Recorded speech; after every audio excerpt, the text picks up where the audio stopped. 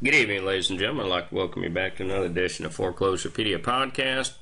Foreclosurepedia Podcast premieres on the Foreclosurepedia Radio Network each Sunday evening at 2300 hours. I want to talk to everybody a little bit about Safeguard's latest Byzantine demands, for want of better words, that requires you to never again speak. I want you to listen to that. Never again speak. When we look at the first sentence of this, they're calling it a vendor acknowledgement form. Really what it is it's an addendum to a contract, which for some reason they don't want to be legal. They want to bind you to everything legal they can. But when you make addendums to contracts, and that's precisely what's going on here, because this has what's called retroactive applicability. It shouldn't be in an acknowledgement form. This is changing the contractual agreement between currently active, from the date that this was prescribed, changing the contractual arrangement between you and Safeguard. I want you to pay very close attention to the first sentence. I shall keep and maintain any and all information I receive from Safeguard on a confidential basis. Folks, you know, I'm no legal scholar. Well, let me give you a couple hypotheticals that just crossed my mind. You go to a property you're working for on Safeguard, and for whatever reason you get injured. When you go to the doctor, you can't tell them where you got injured at. You can't talk about it at all.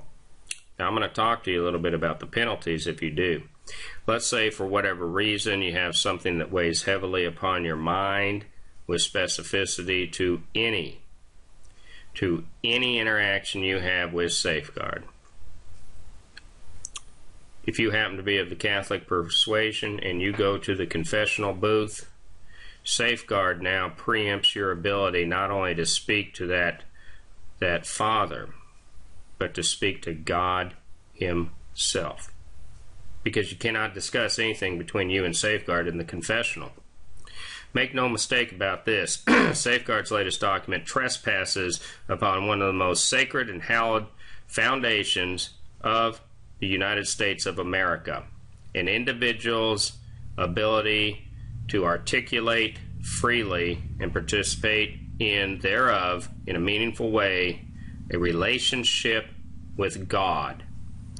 Whether you are Islamic and you believe in Allah, whether you are Jewish, whether you are Christian, hell, if you're a Satanist, however you may communicate with God, you cannot communicate with specificity to anything in your life that dealt with Safeguard.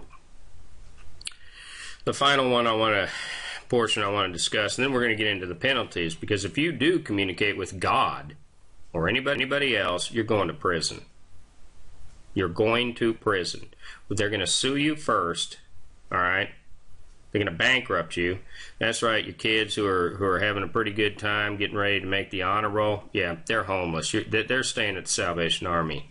And you, my friend, are going to prison. God forbid, in much the same way as just happened in Boston, if you had information about a terrorist that was holed up in a property that Safeguard controlled, you would not even have the legal ability to discuss this fact with the President of the United States himself. Let's talk a little bit about that, because they also put a very interesting caveat to even re-clarify what they're discussing. Confidential information includes, but is not limited to. I don't even know why they threw this in here, because I shall keep and maintain any and all information I receive from Safeguard on a confidential basis. Now, let's talk a little bit about how serious they're getting into this. And I think they really got pissed off because Ben Holman actually got some documents leaked to him by a Safeguard employee. You know, you gotta love Safeguard's InfoSec. information security. You got to love their parameters and their quality control on that. Here's a man who actually dumped, hundreds upon hundreds of property files into an Excel spreadsheet, left, nobody even blinked an eye. So you got to wonder just how safe is this new, and you're going to get into this new and latest demand for all your privacy, your private financial information. How safe and secure is it? I'm going to tell you what, when I worked in intelligence, the IT personnel in there were specifically tasked to know, A, when a file was accessed, and B, if that information was ever transmitted in any way, shape, or form. One has to wonder who is asleep at the helm here, because at the end of the day, in much the same way that one of our presidents of the United States made very clear, the buck stops here. The question's got to be, where's the buck stop in Safeguard? Apparently, it stops with the contractor. But now take a listen to this. You can't talk to anybody anywhere at any time in any way, shape, or form with specificity about Safeguard without prior written consent of Safeguard's CEO. Now, let's talk about it couldn't have been written by a lawyer, and if it was written by a lawyer, the guy's license or the woman's license should be taken immediately, and he or she should be disbarred. Because listen to this sentence. Electronic communications includes, but is not limited to, communication or data transmitted by email, chat room, internet. That's what I'm talking about. Pre-law kid who had passed the LSAT would have known you don't write a sentence like that. But anyway, internet, blogs, and instant or text messaging. Now, what's going to happen to you if you talk to God? Well, let me tell you. You're going to be subjected to civil and or criminal penalties applicable under federal, state, local law. So, I mean, right from jump, the very first paragraph, Safeguard saying, basically, we own your mind. We don't just own your work product. We own you. We own your soul. Make no mistake, the First Amendment, regardless of how much money Mr. Klein thinks he has or does not have, the First Amendment is not something to be taken lightly. That's right, Senator Portman up in Ohio might even find that to be very interesting. But, with all the unique campaign contributions, and you can pull those up online, actually, because those are publicly available documents, you'll find a very interesting donation process that originates in Ohio. I'm not going to belabor this. You contractors out here, if you've signed this, you know what? More power to you. To me, it's business. It's not personal. But, hey, I got some contracts I'd love you to sign. Make no mistake whatsoever. The relationship status, your subcontractors and your subcontractors' employees are now controlled by Safeguard. Even when we take into the fact the lawyers that Eric Miller, the 30 of them plus that law firm he hired to sick on me on a Friday and Monday they ran for cover, even those boys would have understood that when you draft a contract like this, you create what's called a doctrine of privity. Can't have your cake and eat it too, Safeguard. Can't do it. So this, to me, the relationship status was completely stupid. It was ignorant. It was asinine.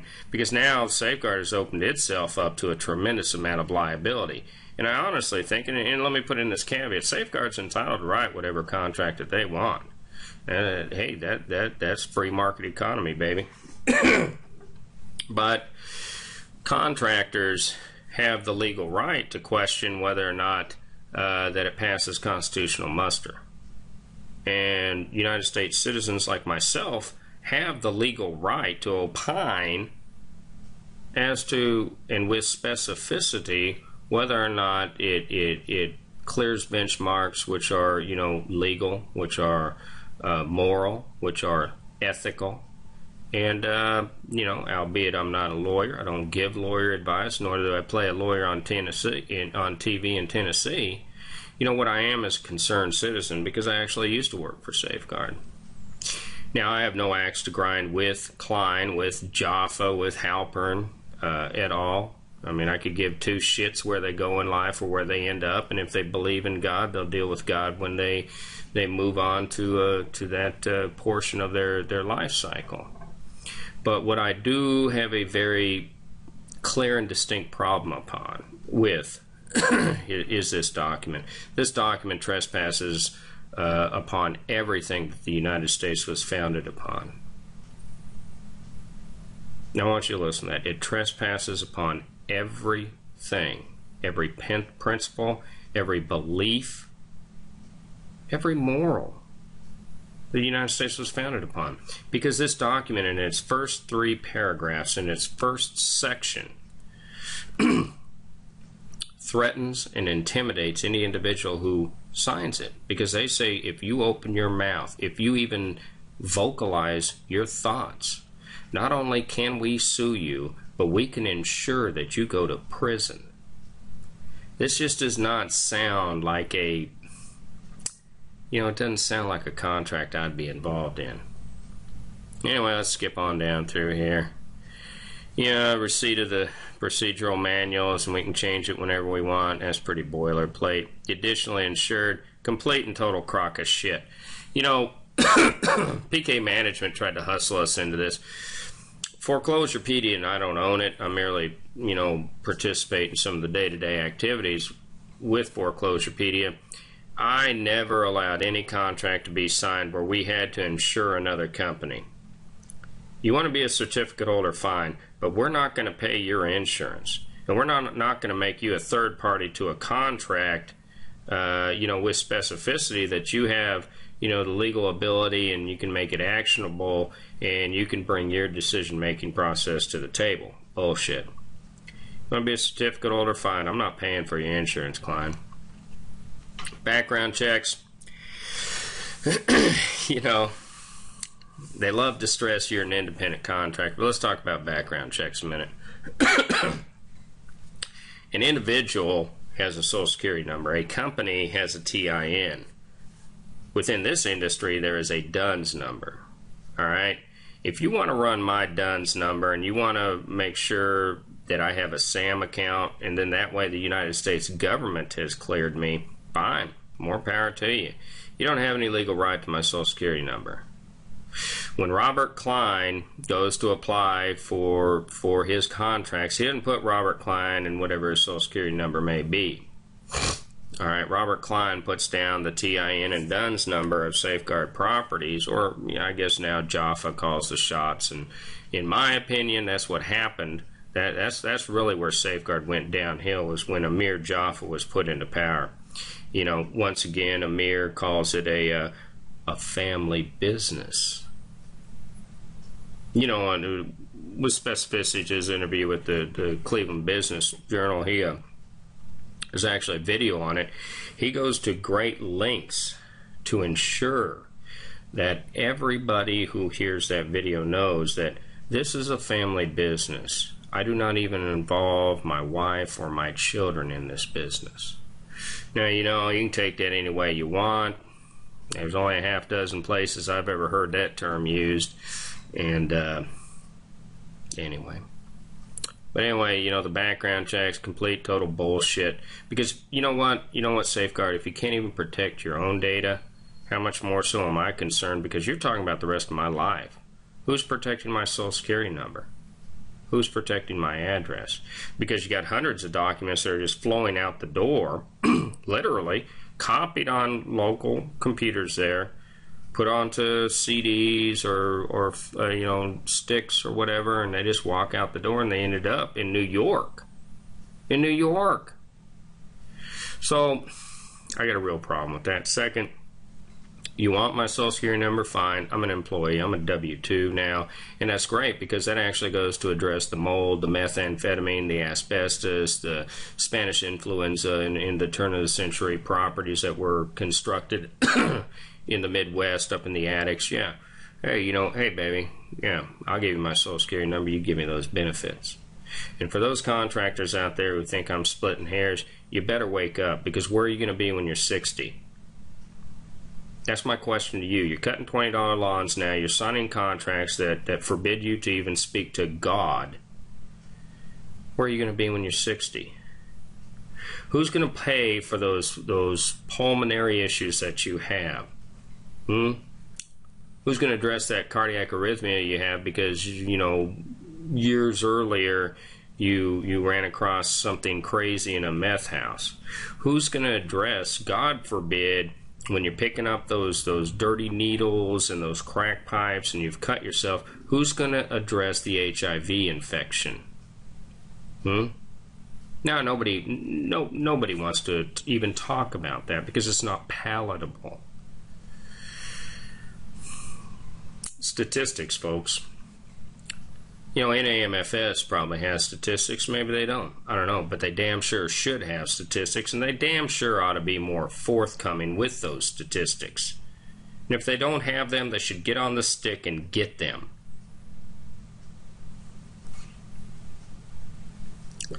Right here, Social Security trace. This is I-9. It's I-9. I don't have too big of a problem with an I-9. But once again, if you ran my DUNS number or my TIN, you would know that I'm legally entitled to work here. Because either I work for you as an individual or my company works for you. You can't have your cake and eat it too. I love this section in here. Anybody who's committed a crime in the last 10 years, yada, yada, yada. You know what? And this goes out specifically to Amir Jaffa, because you're now, buddy, you're now the big CEO. If you're working in any way, shape, or form with PK Management, who just recently took possession of the HUD contract under 3.6, are you, sir, aware that they have an exception for convict labor attached to their DUNS file? I want to restate that. Exception for convict labor. Now even HUD scratched their head on that. So how can you clear, and I don't know if you are or not, I just want to make sure that if you're associated with PK Management, if you're associated with anybody who is involved with PK Management, how do you justify that? That's my question. How do you justify that they can have the exception for convict labor attached on their DUNS file and work them? Can't have your cake and eat it too. And I don't know that you're involved with PK Management. You may be, you may not be. Let's scroll on down here a little bit more. Safeguard can come in and tear apart your files, within 3 days. Or you're going to throw them to Safeguard in 3 days. You know what? That's called archiving. That, our company, we build that at $150 an hour. Get a warrant. Get a warrant. You want to dig through my files, get a warrant. This is still the United States of America. This is not Nazi Germany. You can't kick in the doors like, jackbooted Gestapo thugs. You want to dig through my files. You want me to make my employees, whom I'm paying, my subcontractors, you want all their information presented on a platter like a set of interrogatories of discovery? Pay me. I wouldn't sign it. Agree to comply with the requirements of the Fair Credit Reporting Act with regard to the background checks. Bullshit. No, not happening. You want my DUNS number? The United States government already ran our company. That's what you get.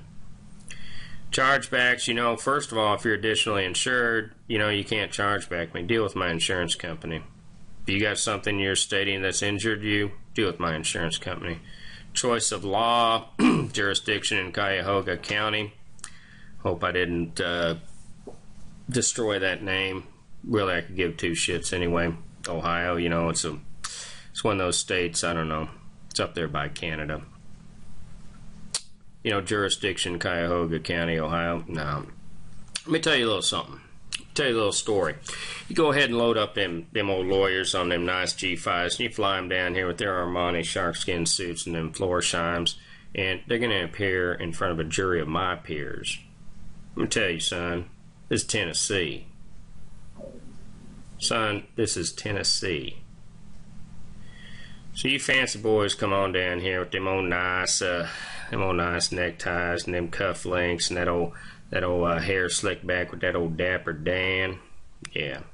You come on down here with them 25-cent words and that fancy vernacular of yours, and while we all take a little pull off that moonshine and we spit our chew in the spittoon that's still legally in the courtrooms, yeah, we'll have a little talk. Yeah. So no, choice of law, I don't consent. I never would consent. And as for dealing with choice of law, and like we're going to talk a little bit more here in the lien process, liens are applicable to where the property is, not where you happen to be. I'm not doing any work in Cuyahoga County, Ohio. Maybe some people are. I don't know, last time I took a look up there around Cleveland, man, it looks like Cleveland can't even take care of itself. It's looking pretty bad. Looking pretty bad when I watch the media every day about the crimes and about what's going on up there. So no, I don't think I'd trust the process up there. And the venue would not be proper. Even if you escalated it to a federal level and requested diversity of jurisdiction, your legal staff there, Safeguard's very familiar with diversity of jurisdiction. Why? Because you got hundreds of lawsuits that are backtracked. A simple search on Pacer will show that in the United States District Courts. It's not even bullshit around. That shouldn't have even been thrown in there. Compliance with laws and guidelines. You know, I can appreciate this. I think that's pretty fair. I think every company has the legal right to deal with some of this. Perhaps not all of it, but deal with some of it. I don't agree with this situation right here. Once again, Safeguard's always wanting these damages. You know, bullshit.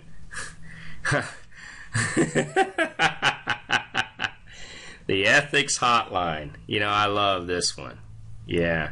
Always remember, if you got the hotline, process of discovery, my friends. Indemnification. You know, once again, we're dealing with the situation here. You know, you're going to indemnify everybody, but nobody's going to be held to be liable. Well, yeah, I mean, you know how I feel about that. You know, let's pass the buck on to the contractor like we've been doing the whole time. Let's make sure that Safeguard ain't on the hook for anything. Hey, they just get old boys up there in Ohio, aren't they? Yeah. We'll scroll down here a little bit more. Licensing and permits and certifications. You know, I think that's a good thing. I don't see any major problem with that. What I do see a problem with is, once again, you're attempting to bestow rights by and through Safeguard upon, you know, third-party participants here. I don't think that hold muster at all. Neither here nor there. I don't work for them. They reiterate again the lien waiver. You know, y'all heard about that. You know my thoughts on that. You bring them fancy old lawyers down here, once again dressed up in their nice Armani suits, and our jury of the peers down here with our bib overalls and our quart of moonshine. We'll go ahead and discuss that down here. Make no mistake about that. Bring them on. Taxes and benefits, privacy and personal information. You know, once again, it is my responsibility to properly store and dispose of these documents appropriately. Well, let's talk a little bit about that, Mr. Klein. Now, how did that old boy up there back in 2010 walk out of one of your facilities with those hundreds of documents and managed to get them transported all the way up to the state of New York, and Ben Hallman at the Huffington Post actually reported on them? Yeah. Privacy and personal information. Gotta love it. It's been part 1 in this series. Appreciate you all listening in today. If you have any questions, comments, concerns, feel free to reach out to me. COO@foreclosurepedia.org. Should you choose to opine in written, audio, video format, feel free. Please do such on our YouTube channel, Foreclosurepedia YouTube channel. We hope you all have a good evening, and we'll see you next time.